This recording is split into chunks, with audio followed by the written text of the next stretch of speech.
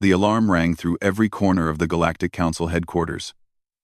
Red lights flashed in the massive chamber, where representatives from 1,000 worlds gathered. Something terrible was happening, and everyone knew it. Ambassador Zixatal of the Krellian Empire stood at his station, his 4 eyes wide with fear. He had served the council for 70 years, but he had never seen anything like this. The holographic display in the center of the room showed a single message, written in the ancient dragon script that few could read anymore. "What does it say?" asked Commander Silva from Earth, leaning forward in her seat. She was new to the council, representing humanity for only 2 years. The head translator, an elderly wisdom keeper named Thane, read the message aloud. His voice shook. It says, "I am dying. Velkaroth, the Eternal, guardian of the cosmic archives, last of the ancient dragons, will pass within 30 solar cycles." The chamber fell silent. Then chaos erupted. Dragons did not simply die like other beings. When an ancient dragon passed away, their body released energy that had been building for thousands of years. This energy could destroy entire solar systems. Velkaroth had lived for 10,000 years. The destruction he could cause was unimaginable. "We must evacuate the nearby sectors immediately," shouted one council member. "Impossible," replied another. "There are billions of lives in that region. We cannot move them all in 30 days. Commander Silva stood up. "Is there no way to prevent this? Can we contain the energy somehow?" Thane shook his head sadly. "Ancient dragons are forces of nature. There is no technology in the galaxy that can contain their death energy. We have records of 3 dragon deaths in history. Each one destroyed multiple star systems and killed billions." The arguing continued for hours. Plans were made and discarded. Every solution seemed impossible. Finally, a new message appeared on the holographic display. It was from Velkaroth himself. Thane read it carefully, his expression changing from fear to confusion. He says there is a way. A peaceful way. He can transfer his essence to another being before he dies. This will allow his energy to disperse safely over many years, instead of all at once. Hope filled the chamber. "Who must receive this essence?" asked Zixatal. "What are the requirements?" "As the being must know his true name," Thane explained. "Not the name we use Velkaroth, but his full name, in the ancient dragon tongue. Dragons only share their true names with those they deem truly worthy. It is the highest honor in their culture." Commander Silva felt a small surge of pride. "And he has chosen someone?" "Yes," said Thane, reading further. "He says the only being in the galaxy who knows his true name is a human." The chamber exploded with noise again. Humans? The newest species in the Galactic Council? They had only achieved faster-than-light travel 200 years ago. They were still considered young and inexperienced by most galactic standards. "This must be a mistake," said Zixatal. "Perhaps the translation is wrong?" "Reload." But Thane checked again and again. There was no mistake. Somewhere among the 12 billion humans spread across 40 worlds, one person knew the true name of the last ancient dragon. The search began immediately. The council deployed their best telepaths, beings who could read minds and memories. They would scan every human until they found the one who knew the name. But where to start? "We should begin with your leaders," Zixatal told Commander Silva. "Surely Velkaroth would share his name with someone important. A president? Perhaps? A military general?" Silva nodded. It made sense. She sent messages to Earth and all human colonies. Within hours, the most important humans in the galaxy were gathered for scanning. The telepaths went through them one by one. Presidents and prime ministers, the Supreme Admiral of Earth's Defense Fleet, the Director of the Human Science Council, the most decorated war heroes, the wisest philosophers and scholars, Nobel Prize winners, legendary diplomats who had negotiated peace between warring species. None of them knew the name. Days passed. The telepaths scanned thousands of important humans. Government officials, university professors, religious leaders, famous artists and writers. The wealthiest merchants, the most skilled engineers, still nothing. Velkaroth grew weaker. Reports came in of strange phenomena near his sanctum in the Andromeda sector. Reality itself seemed to bend and twist around him. Space stations had to evacuate. Ships could not travel through that region safely. Time moved differently there, minutes in one area, hours in another. "We are running out of time," Thane said quietly during a council meeting on day 15. Perhaps Velkaroth is mistaken? Perhaps the human who knew his name has already died? Commander Silva refused to give up. "We have scanned maybe 10,000 people. There are 12 billion humans. We need to expand the search. To all of them?" Zixtal looked shocked. "That would take months." "We do not have months." A junior council member, a young Polarian named Iris, spoke up hesitantly. What if the person is not important? What if Velkaroth shared his name with someone ordinary? The senior members looked at her like she was crazy. Dragons did not share their names with ordinary people. It went against everything they knew about dragon culture. But Commander Silva understood. Humans were different. Humans valued different things. "She is right," Silva said firmly. "We scan everyone, every single human. Start with the colonies nearest to Velkaroth's last known location. Work outward from there. Sign?" The order went out across the galaxy. Every human would be scanned, no matter who they were or what they did.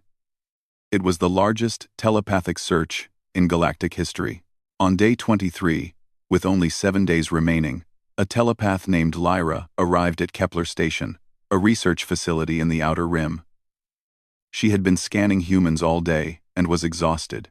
Scientists, security guards, cooks, medical staff, none of them knew anything.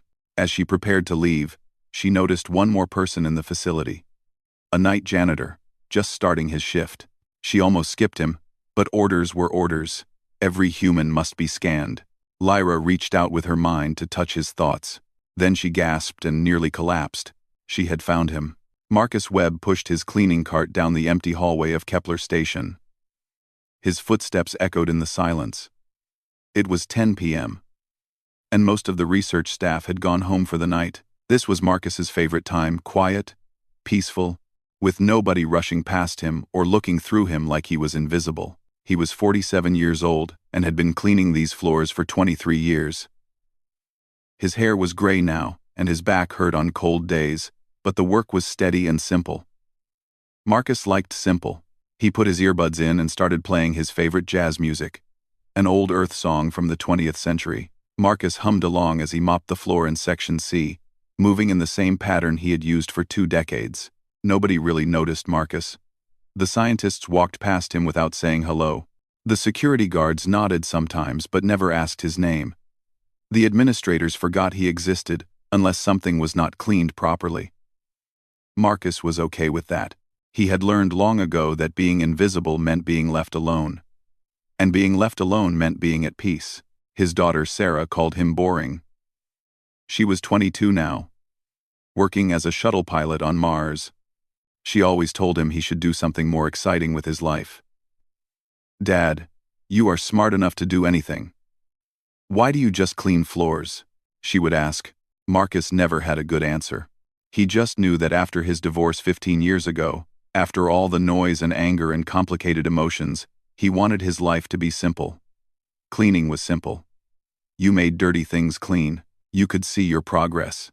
At the end of the night, you could look back and know you had done something useful. He finished Section C and moved his cart toward the service elevator. Time to clean sub-level 7. That was his favorite part of the night. The elevator descended slowly. Most people never went to sub-level 7. It was listed in the station records as long-term storage, restricted. Only Marcus and a few senior researchers had access. Marcus had been given his keycard 23 years ago on his first day. His supervisor had told him to clean down there once every week. But nobody ever checked if he actually did it. The elevator doors opened. Marcus pushed his cart down the dimly lit corridor until he reached Chamber 7A. He pressed his card against the reader. The heavy door slid open with a soft hiss. Inside was a large room filled with holographic displays. They showed images of galaxies, ancient texts in languages Marcus could not read, and recordings of species that no longer existed. In the center of the room was a large projection platform. When Marcus entered, the platform activated automatically. A shape formed in the air, a massive dragon, its scales shimmering with colors that seemed to shift between blue and gold and silver. Its eyes glowed softly. The dragon was translucent, clearly a hologram, but incredibly detailed. "Good evening, Marcus," the dragon said in a deep, gentle voice. "Hey there." Marcus replied with a smile. He began cleaning around the edges of the room. "How was your day?" This had become their routine. Marcus had been cleaning this chamber for over 20 years. For the first few years, the hologram had just been there, silent and still. Marcus assumed it was some kind of recording or display that activated when someone entered the room. Then one night, about 18 years ago, Marcus had been having a bad day. His daughter had been sick, his ex-wife had called to yell at him about missed payments, and his supervisor had criticized his work. Marcus had sat down on the floor of the chamber and said out loud, "I am so tired." The dragon hologram had moved. It had turned its great head toward Marcus and said, "Tell me why you are tired, small one." Marcus had nearly run out of the room in fear. But something in the dragon's voice was kind. So Marcus had stayed. He had talked. And the dragon had listened. That was how their friendship began. Over the years, Marcus learned that this was not just a recording. It was something the dragon called a fragment, a small piece of his consciousness left behind to maintain this archive. The fragment was lonely. It had been alone in this room for decades before Marcus arrived. They talked about everything. The dragon told Marcus stories about ancient wars between star empires, about species that had risen and fallen, about planets made entirely of crystal that sang when solar winds passed over them. Marcus told the dragon about his daughter's soccer games, about the old motorcycle he was restoring in his apartment, about the detective novels he liked to read. The dragon seemed to enjoy Marcus's stories just as much as his own ancient tales. "You have a gift for finding joy in simple things," the dragon had once told him. "That is rarer than you know." One night, about 5 years ago, the dragon had asked Marcus a question. "Would you like to know my name?" "My true name?" Marcus had shrugged. "Sure, if you want to tell me." The dragon had looked surprised. "You do not know what this means?" "Oh, not really," Marcus admitted. "But I figure if you want to share it, that is nice.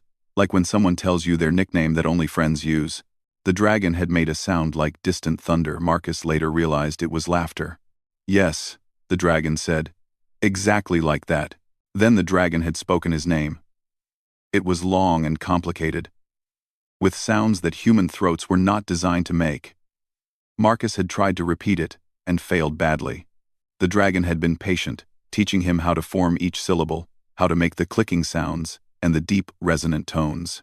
It took Marcus 3 weeks of practice, coming in every night and trying again and again. He wanted to get it right. It seemed important to respect his friend by pronouncing his name correctly. Finally, Marcus had said it perfectly. Vel Karoth Azur Heim. Vel Karoth Azur Heim. Vel Karoth Azur Heim. The dragon had closed his great eyes, looking peaceful. "Thank you, Marcus Webb. You are the only being in this galaxy who knows that name now." Marcus had felt honored, though he still did not fully understand why it mattered so much. Now, as Marcus cleaned the chamber, he heard something unusual in the dragon's voice, a sadness. "Is everything okay?" Marcus asked, pausing his work. The dragon was quiet for a long moment. "I am not sure," he said finally. "I feel strange, disconnected. Something is happening to my main self, far from here. I cannot explain it." Marcus frowned. "Do you need me to call someone? A technician, maybe?" "No. Small friend. There is nothing a technician can do. But thank you for your concern. Tell me instead, how is Sarah? Did she pass her advanced pilot examination?" Marcus smiled and began talking about his daughter. The dragon listened, as he always did, with perfect attention. Neither of them knew that in a few hours, everything would change. Neither of them knew that telepath Lyra was already on the elevator, coming down to sub-level 7. Neither of them knew that the entire galaxy was searching for Marcus Webb. The moment of discovery was only minutes away. Lyra, the telepath, stood outside Chamber 7A, trying to catch her breath. Her hands were shaking. In her 70 years of telepathic work, she had never felt anything like what she had just experienced. When she had touched the janitor's mind during the scan, she had expected to find the usual human thoughts, worries about bills, memories of family, plans for tomorrow. Instead, she had found something impossible. Buried in his memories was a name, a true dragon name, spoken in perfect ancient dragon tongue. She had immediately contacted the council. Now she waited outside the chamber, while Marcus finished his work inside. The council had ordered her not to alarm him. Not yet. They wanted to verify everything first before causing panic. Through the door, she could hear Marcus humming along to his music. He had no idea that the entire galaxy was looking for him. He had no idea that in 30 minutes, a dozen council ships would arrive at Kepler Station. He was just cleaning floors, like he did every night. Commander Silva arrived first, along with Ambassador Zixtal and Thane the translator. They moved quickly through the station corridors, their faces serious. "You are certain?" Silva asked Lyra. "This janitor knows the true name?" "I am completely certain," Lyra replied. "I heard it clearly in his memories. Velkaroth Azurheim. The full name. Pronounced perfectly." Zixtal looked confused. But how? Why would the great Velkaroth share his name with a janitor? "There is more," Lyra said. "He has been talking to something in that chamber. A hologram. I saw it in his memories, a dragon hologram that speaks to him." Thane's eyes went wide. "Velkaroth? Has an archive chamber here?" "On this station?" "Apparently so. The janitor has been cleaning that chamber for over 20 years. He has conversations with whatever is in there." Silva stepped forward and pressed her hand against the door panel. "Let us see for ourselves." The door slid open.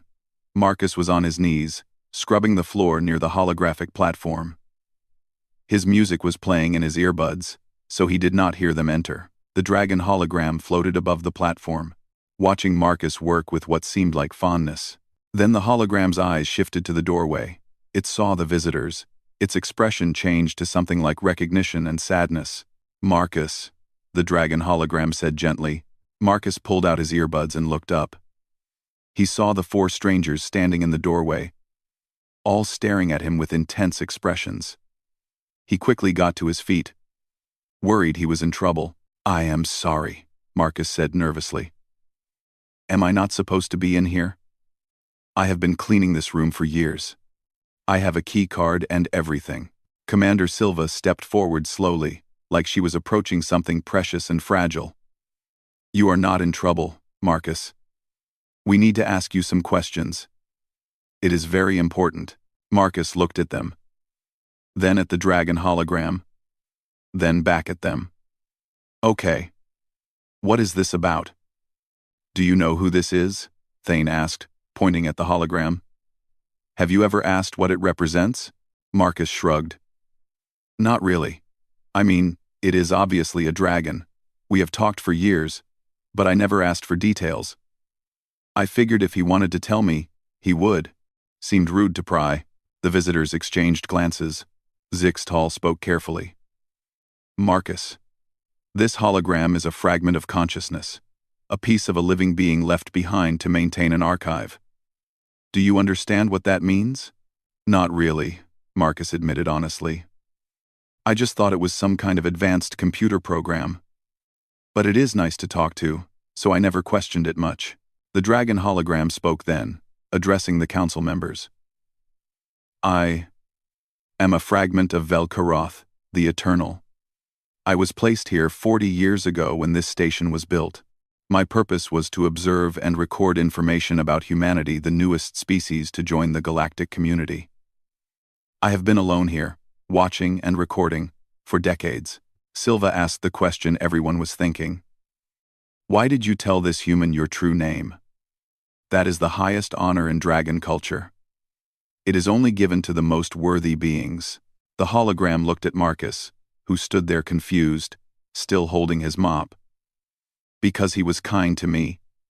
For 18 years, Marcus has come to this chamber. He talks to me not because he wants something, not because I am important or powerful, but simply because I seemed lonely.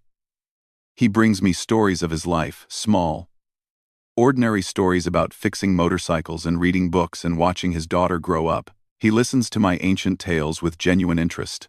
When I taught him my name, he spent weeks practicing it, wanting to pronounce it correctly out of simple respect.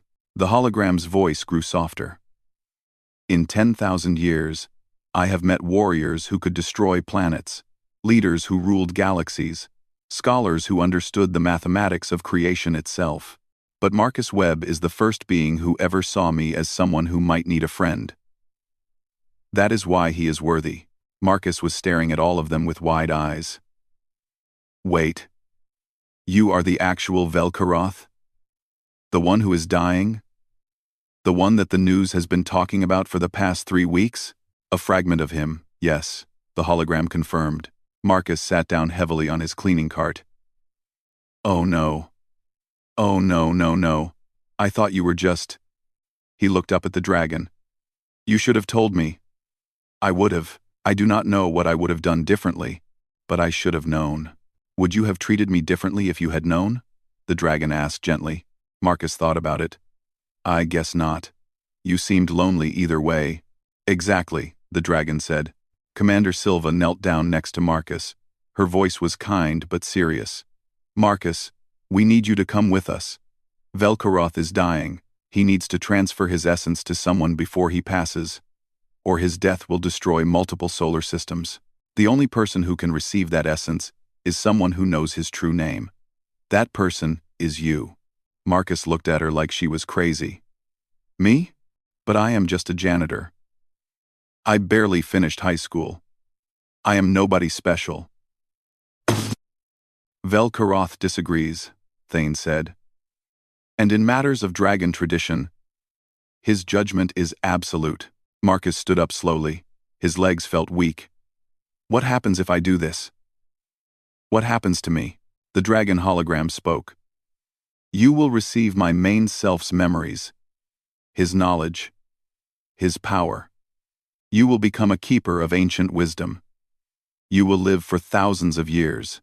You will be transformed into something new, not quite human, not quite dragon, but a bridge between both. And if I say no? Marcus asked quietly. The room fell silent. Finally, Silva answered. Then Velkaroth dies violently. The energy release will destroy everything within 20 light years. Billions will die, maybe trillions, depending on how far the destruction spreads. Marcus closed his eyes. He thought about his daughter on Mars. He thought about his small apartment, and his old motorcycle, and his quiet, simple life. He thought about all those billions of people who were just living their lives, like he had been living his. He opened his eyes and looked at the dragon hologram. Did you know this would happen? When you told me your name 5 years ago, the hologram hesitated. I suspected my main self was preparing for the end. Dragon fragments can sense such things. Perhaps, on some level, I knew, but I told you my name because you deserved to know it, Marcus. Not because of what might come later. Marcus picked up his mop and carefully placed it back in the cart. He took off his cleaning gloves and set them down. He looked around the chamber one last time, this room where he had spent so many peaceful nights. Okay, he said quietly. I will do it. But I need to call my daughter first. I need to tell her goodbye. Commander Silva nodded. Of course, we have time for that. As they led Marcus out of the chamber, he looked back at the dragon hologram one last time. The hologram bowed its great head in gratitude and respect. Marcus Webb, janitor, had just agreed to save the galaxy, but he still had no idea what it would truly cost him. Marcus sat in the communication room of the council ship, staring at the screen. His daughter Sarah's face appeared, looking confused and worried. Dad? Why are you calling from a galactic council ship? What is going on? Marcus tried to smile, but his eyes were wet. Sarah, honey, I need to tell you something. It is going to sound crazy. He explained everything. The dying dragon. The true name. The choice he had made. Sarah listened in silence, her expression changing from confusion to disbelief to fear. "No," she said when he finished. "Dad, no. Tell them to find someone else. Tell them you made a mistake." "There is no one else, sweetheart. I am the only one who knows the name." "Then let them scan more people. There has to be someone better qualified. Someone who actually knows about dragons and cosmic energy and all that stuff." Sarah's voice cracked. "Dad, you are just a janitor. This is not your responsibility." Marcus flinched at those words, even though he had thought the same thing himself. "I know I am just a janitor. But those billions of people who will die if I do nothing, they are just people too, just living their lives, like you, like me." "I do not want you to change," Sarah said, tears running down her face. "I do not want to lose my dad." "You will not lose me," Marcus said, though he was not sure if that was true. "I will still be me, just different." They talked for another hour. Sarah cried. Marcus cried. Eventually, they said goodbye. Marcus watched the screen go dark and felt a piece of his heart break. The journey to Velkaroth's sanctum took 6 days. The council ship traveled through jump gates and hyperspace lanes, crossing distances that would have taken years in a normal vessel. Marcus spent most of the time in his small cabin, trying to process what was happening to him. But the galaxy would not leave him alone. News of his story had spread across every world, every station, every colony. The janitor who would save the galaxy. It was the kind of story that people loved, an ordinary person chosen for something extraordinary. His face was on every news channel. Reporters tried to interview him. Philosophers debated what his selection meant. Religious leaders from a dozen species called him blessed. Human politicians tried to use his story for their own purposes, claiming it showed humanity's special value to the galaxy. Marcus hated all of it. On the 3rd day, the council arranged for him to address the public. They said it would help calm people's fears, let them see the man who would receive Velkaroth's essence. Marcus agreed reluctantly. He stood in front of cameras, wearing the same old jacket he had worn on Kepler Station. Billions of beings, across thousands of worlds, watched. "I do not have a speech prepared," Marcus said simply. "I am not good with words. I just want to say that I am scared. I do not feel special or chosen. I am just someone who was kind to a lonely hologram. And that somehow mattered. I guess that means kindness matters. Even small kindness, even when nobody is watching. That is all I know." The broadcast ended. Some people were disappointed by his simple words. They wanted inspiration, heroism, grand statements. But others understood. They saw in Marcus something rare, genuine humility and honesty. On the 4th day, a visitor came to Marcus's cabin.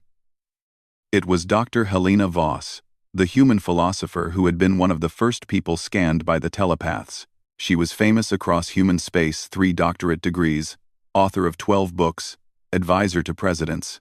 She looked at Marcus with barely concealed anger.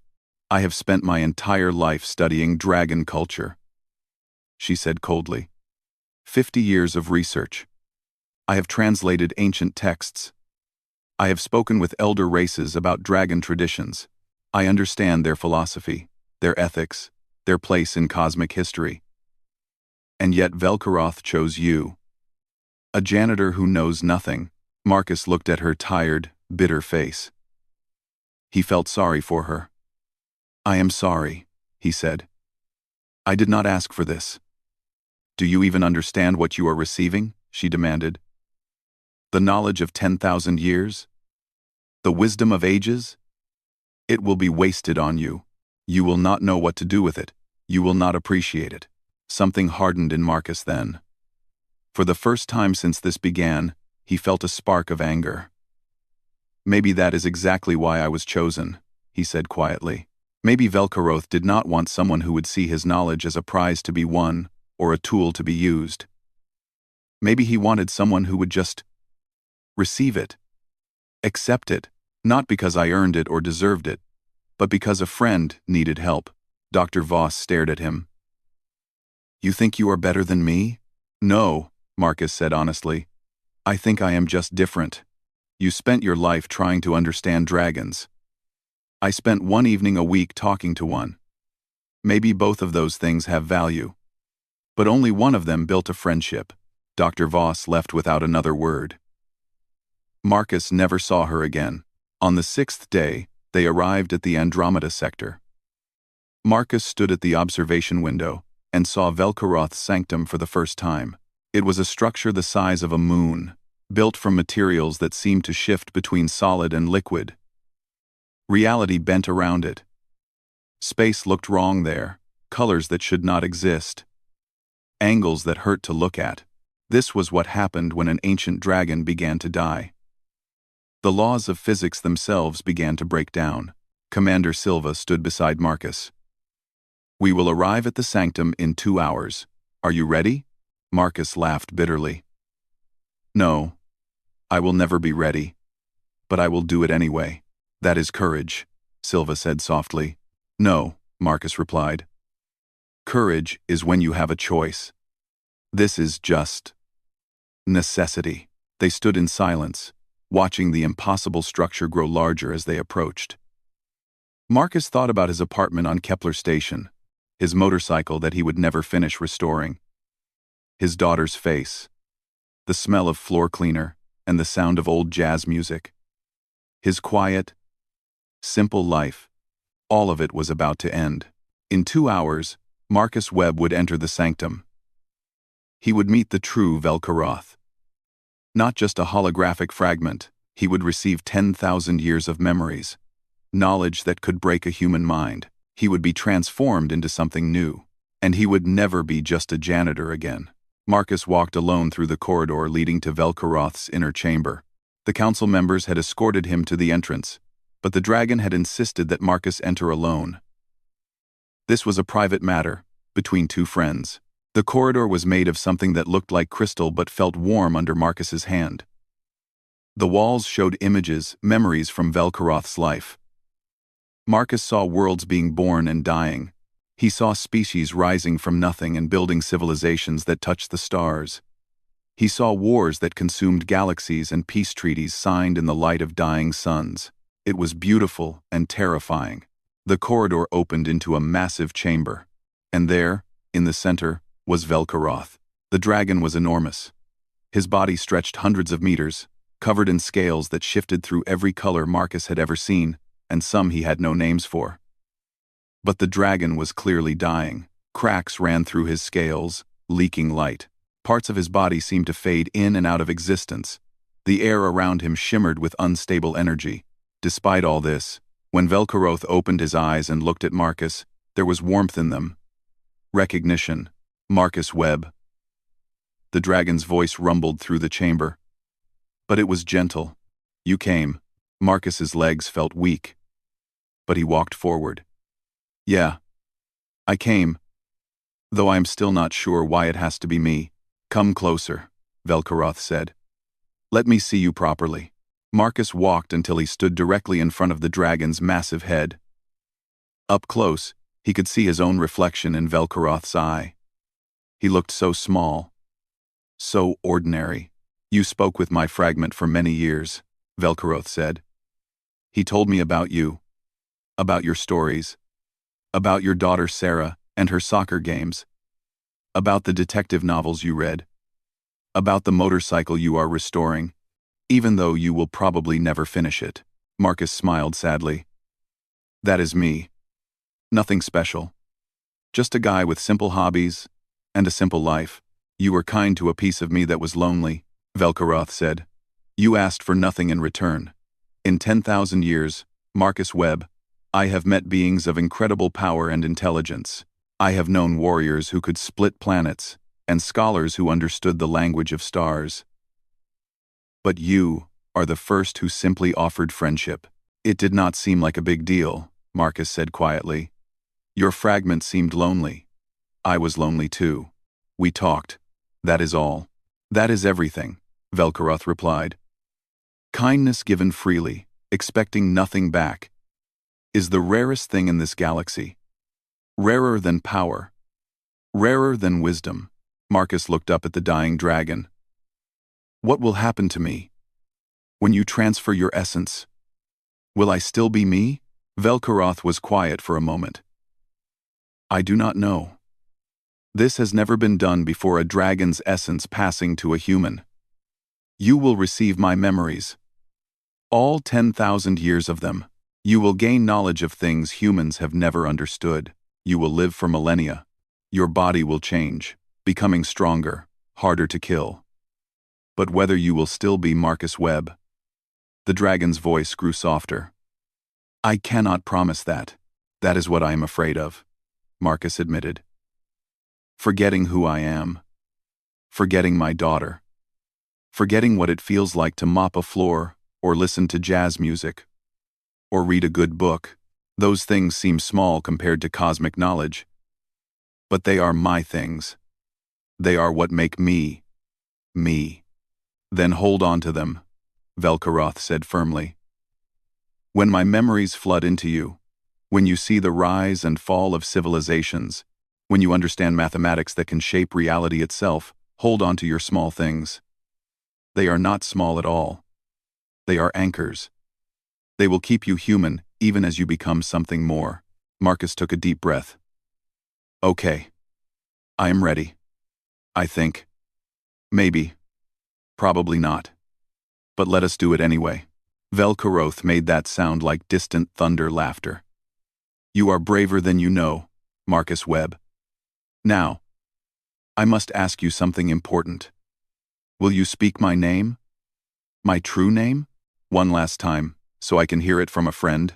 Marcus nodded. He had practiced this name for weeks. Years ago, wanting to get it right. Now he understood why it had mattered so much.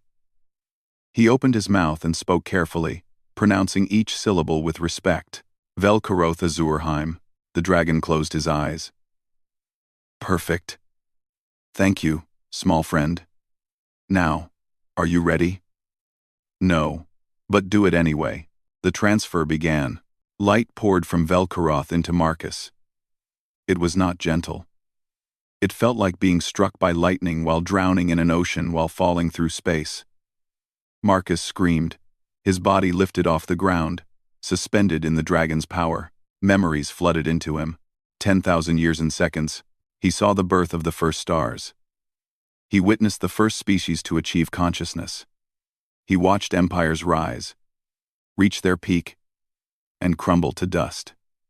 He learned languages that no longer existed. He understood technologies that seemed like magic. He felt the joy of flying through nebulae and the sorrow of watching friends die of old age again and again and again. It was too much. A human mind was not meant to hold this. Marcus felt himself being torn apart, scattered across 10,000 years of memory. But then he remembered. He remembered Sarah's laugh when she was 5 years old. He remembered the smell of his apartment. He remembered the feel of a mop handle in his hands. He remembered sitting in Chamber 7A, talking to a lonely hologram about nothing important. He held on to these things like a drowning man holds on to driftwood. These small, ordinary, precious things. His anchor, his humanity. Slowly, impossibly, he pulled himself back together. The light faded. Marcus collapsed to the floor, gasping. Every cell in his body felt different. When he looked at his hands, he saw they were glowing faintly, scales forming and disappearing on his skin. He looked up. Velkaroth's body was dissolving, turning into stardust. The dragon was smiling. You did it, Velkaroth whispered. You held on to yourself. I am proud of you, Marcus Webb. Will I see you again? Marcus asked, tears streaming down his face. I am part of you now, the dragon said.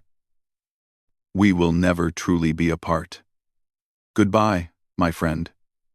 Thank you for everything. Then Velkaroth was gone, dispersing into peaceful light that would fade harmlessly over the next 1,000 years. The galaxy was saved. Marcus stood alone in the chamber, transformed but still himself. He could feel the dragon's memories in his mind, vast and ancient. But he could also still feel his own memories. Sarah, his apartment, his simple life. He was something new now. Neither human nor dragon. A bridge between both. The council found him hours later, still standing in the empty chamber.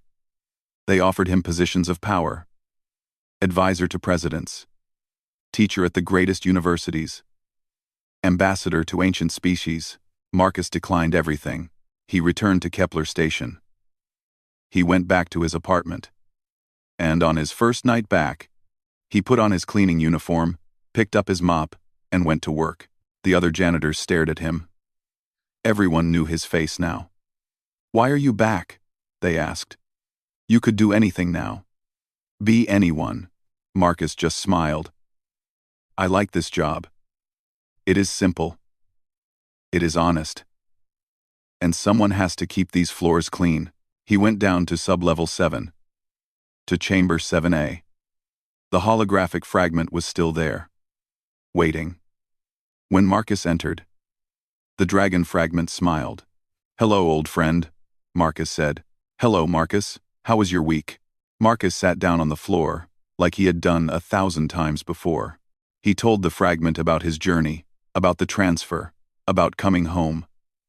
The fragment listened, as it always did, with perfect attention. When Marcus finished, the fragment said, "I am glad you came back. I was lonely without you." "Me too," Marcus said. "Me too." The news spread across the galaxy. The being who held the knowledge of an ancient dragon, who could reshape reality with a thought, who would live for thousands of years, he had chosen to remain a janitor. Some people thought he was crazy. Some thought he was the wisest being alive. Most just did not understand. But Marcus understood. He had learned the most important lesson. Not from Velkaroth's cosmic knowledge, but from his own simple life. Greatness was not about power or fame or destiny. It was about being kind when no one was watching. It was about doing simple work with dignity. It was about being present for the people who needed you, even if that person was just a lonely hologram in an empty room. Marcus Webb mopped the floors of Kepler Station for the next 50 years. He watched his daughter grow old, have children of her own, and pass away peacefully. He cried at her funeral, proof that even with a dragon's power, he was still beautifully, perfectly human. And every week, he went to chamber 7A. He cleaned the room carefully. And he talked to his old friend, the holographic fragment of a dragon, who had changed his life. "Tell me a story," the fragment would say. And Marcus would smile and begin. "Well, this week something interesting happened. The galaxy had learned an important lesson from a simple janitor. Worth was not measured by achievements or titles or power. It was measured by the kindness you showed when it would have been easier to look away." Marcus Webb had saved billions of lives, but his greatest achievement was much simpler than that. He had been a friend to someone who needed one, and he had never stopped being himself. The N Claude can make mistakes. Please double-check responses.